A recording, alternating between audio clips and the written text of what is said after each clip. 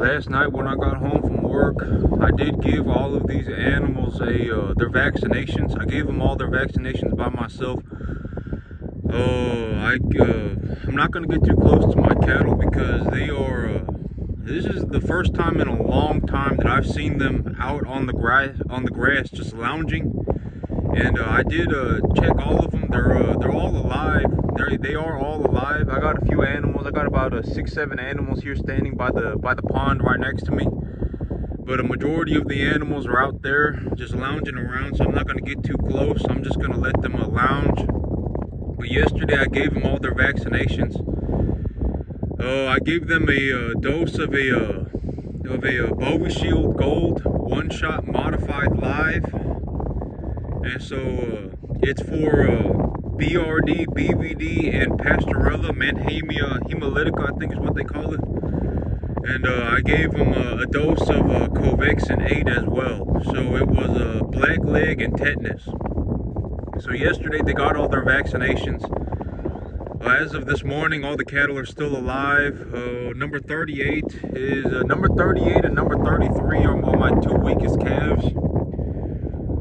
They've each gotten like 3 to 4 rounds of antibiotics each. They're still alive, but they're still struggling. They are eating, but they're not doing too great. And so I'm thinking maybe the vaccination will help turn them around, or if not, they're gonna die here pretty soon.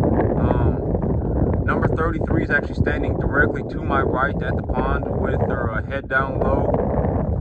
And so, yeah, she's been looking like that for at least a week now, probably since she got here.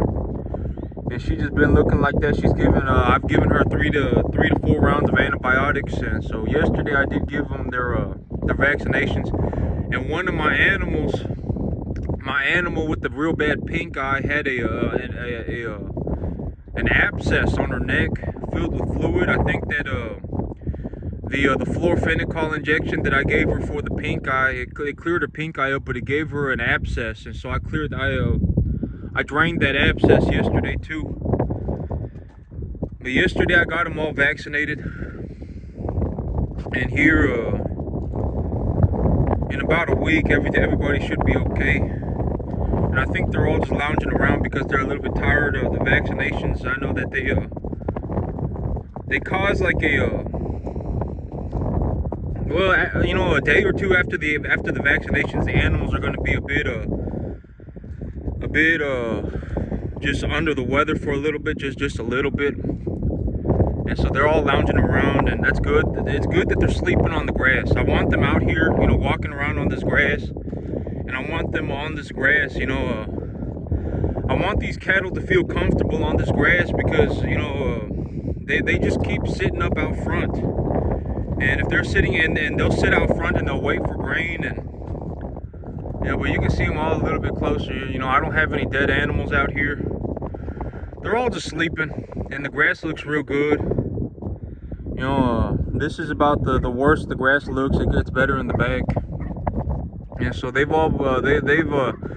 should all be okay from here forward. I may have, I still got a few animals that are sick, and they may not make it, but the rest of them should. Now that they've been given their vaccinations, they shouldn't be getting, a lot of them have already been given antibiotics, and so they should be good to go.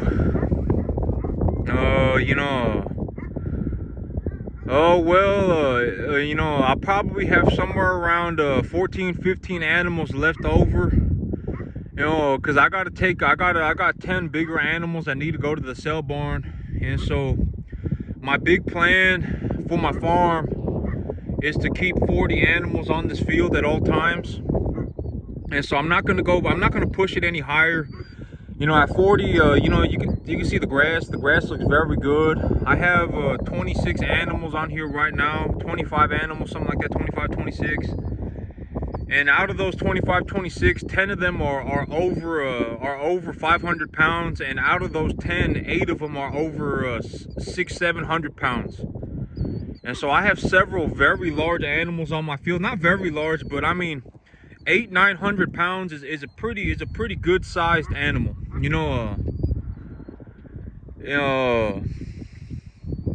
A full size, like 4 or 5 year old bull may weigh like 1,500 to 2,000 pounds, but most of these animals, they will be slaughtered somewhere probably around 12 to 1,400 pounds. If the animal's real big, probably about 1,500. And so 900 pounds is a pretty good size animal. 900, 1,000 pounds, stuff like that, it's a pretty good size animal. And so yeah, I got another animal right here. If you see this animal right here just kind of sitting there with her head low, panting, that's not good. But I got a few animals that are sick, and so I gave them all their vaccinations yesterday. And that should be about I've gotten through the worst of it so far. You know, once these animals have their vaccinations, okay, so these animals, normally what I do is I give them a killed vaccine. I'll give them a dose of either triangle 5 or triangle 10. Triangle 5 is a little bit cheaper, but I mean, at the end of the day, it's like, oh man, you know, I save $2 an animal. So I usually I'll just give them triangle 10. The only time I ever give them triangle 5 is if the place that I'm buying triangle 10 from is out of triangle 10. So normally I give them triangle 10, and triangle 10 is a killed vaccine, and then 2 weeks later I'll give them a shot of one shot Bovishield Gold.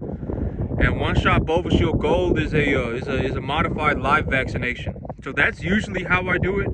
But these animals, they are just you know, I've been having a lot of illness go around my herd, and I didn't want to put them on a two week plan for vaccination.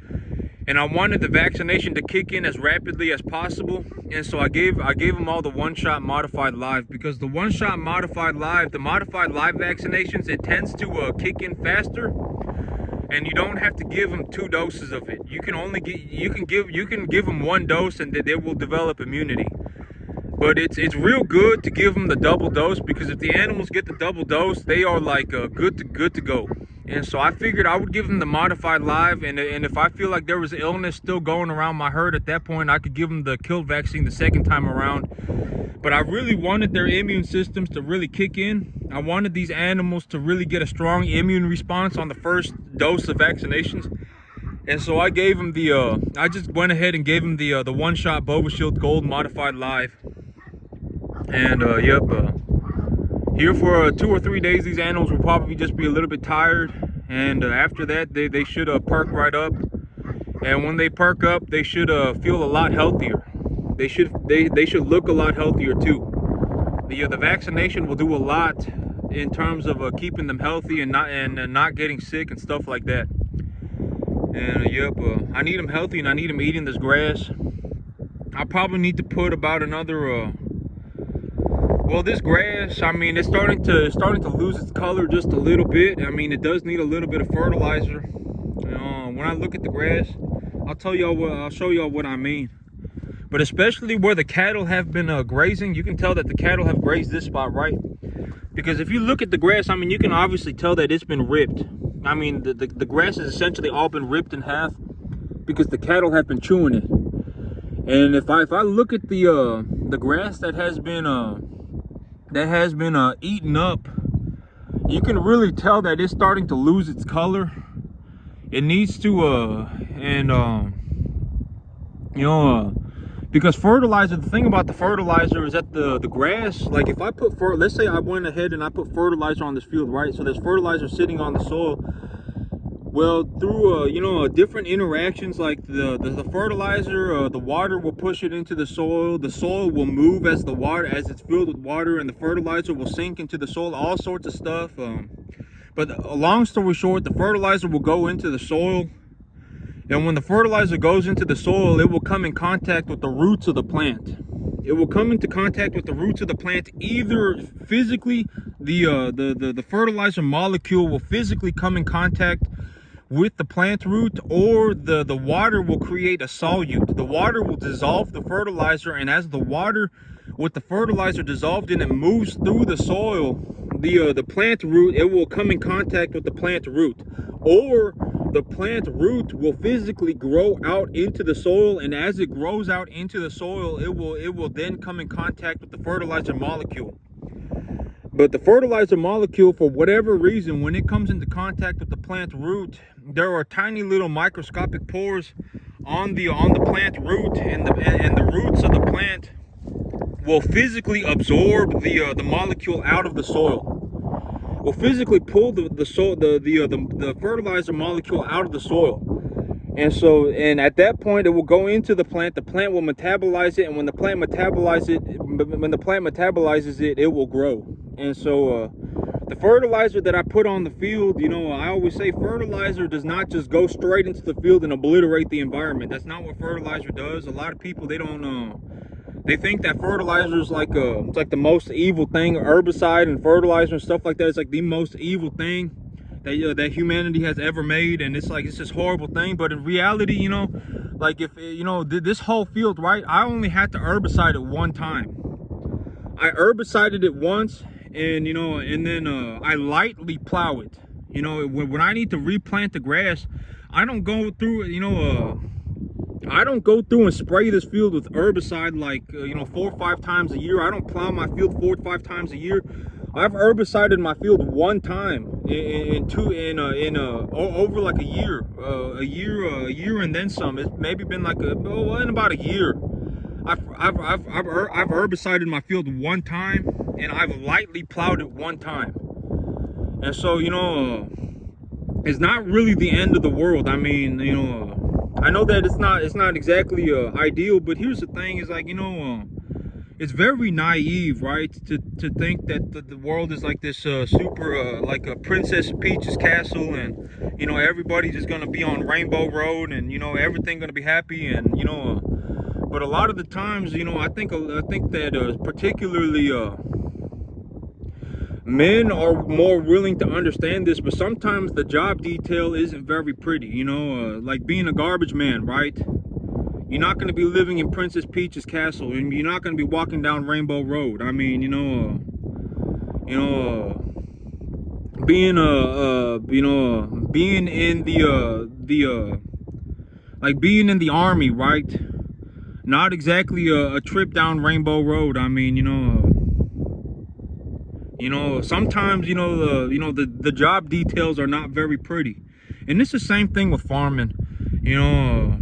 I know that it'd be nice to live on a little island, and think that my dreams are all that are important, but the job details are sometimes just something that you gotta be able to understand. And I don't put a whole bunch of fertilizer on my field or nothing. I don't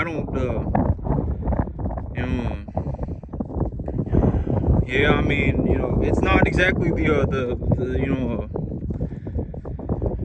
it's just a lot of things that need to be I guess just dealt with, right? I mean, fertilizer, it's kind of a necessity. Herbicide, especially in commercial agriculture, kind of a necessity. I mean, if well, I mean, here's the thing, right, is that like if I don't herbicide my field and I don't fertilize my field, what's going to happen is that I'm going to be broke. That's the ultimate outcome, right? I mean, I wouldn't be able to run 40 cattle on 10 acres without fertilizer. I wouldn't have been able to plant enough grass on 10 acres to feed 40 cattle without herbicide, or without a plow. I wouldn't have been able to plant all this grass. This is not grass that nature planted. I planted this grass. And so, for me to put grass, oh, whoops, I completely forgot I wasn't going to get too close to the cattle. And I just scared one of them away. I just started walking.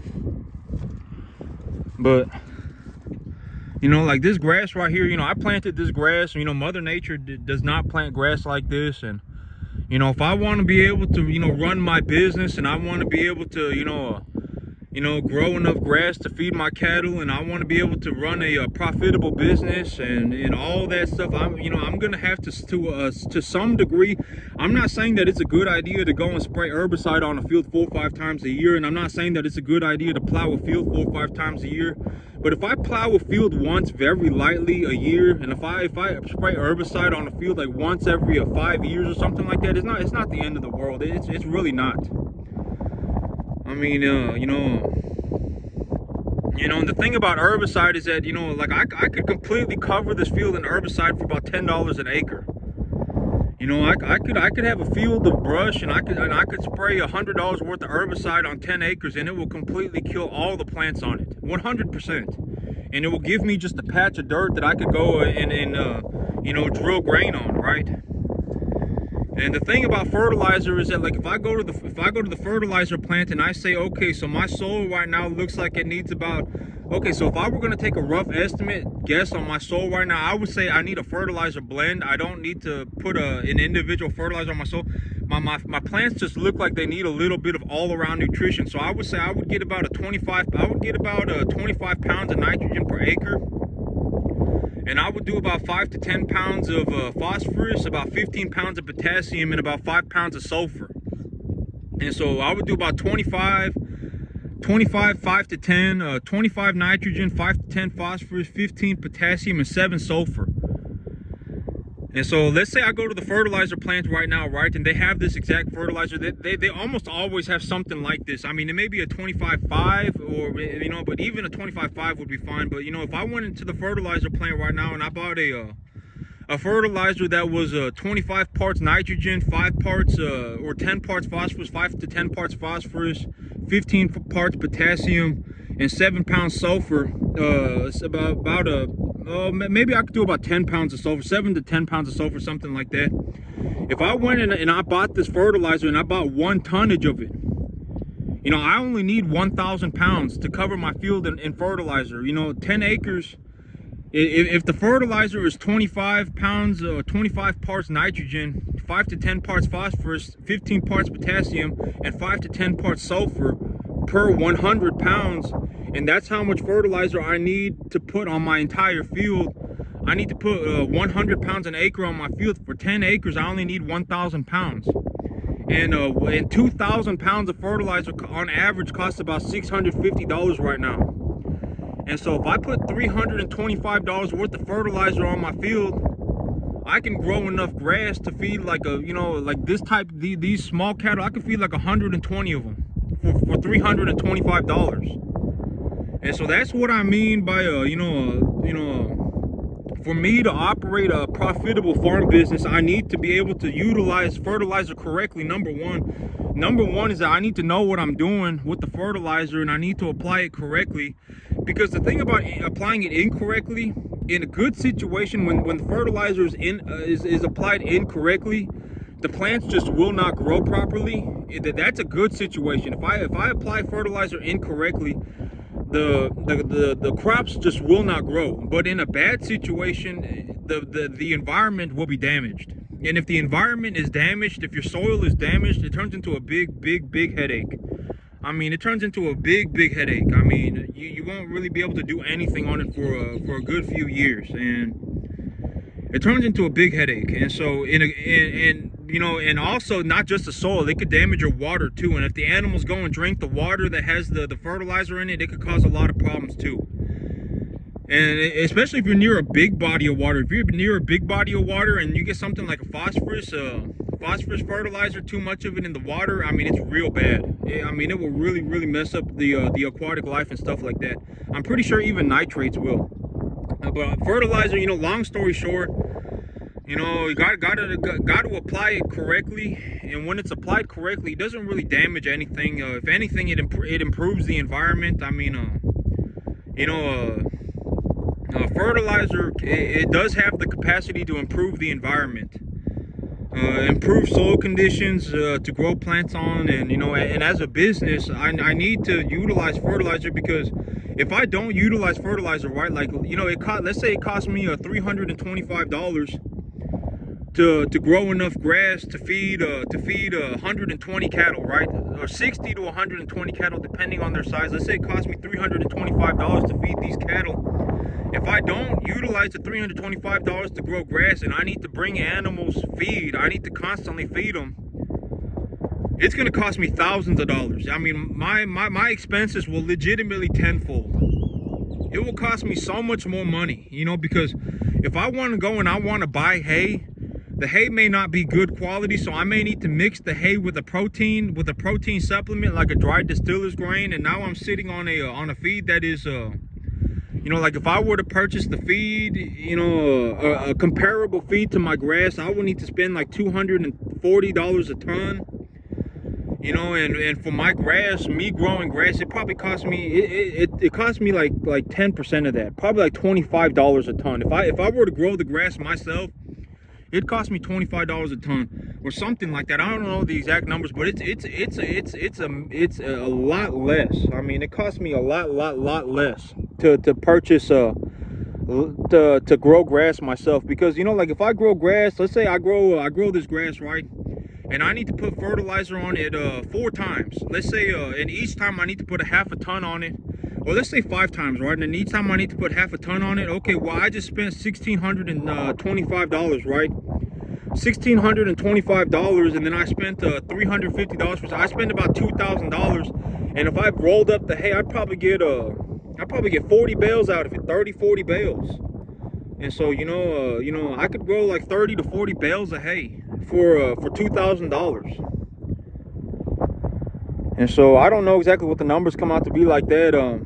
It may still end up being a $40-50 a bale, but still, I mean, and it'd be a top quality hay, right? And so, yep, I mean, it is a lot cheaper, a lot cheaper to grow the grass myself. And so, yeah, but that's it for me today, YouTube. Y'all have a good one.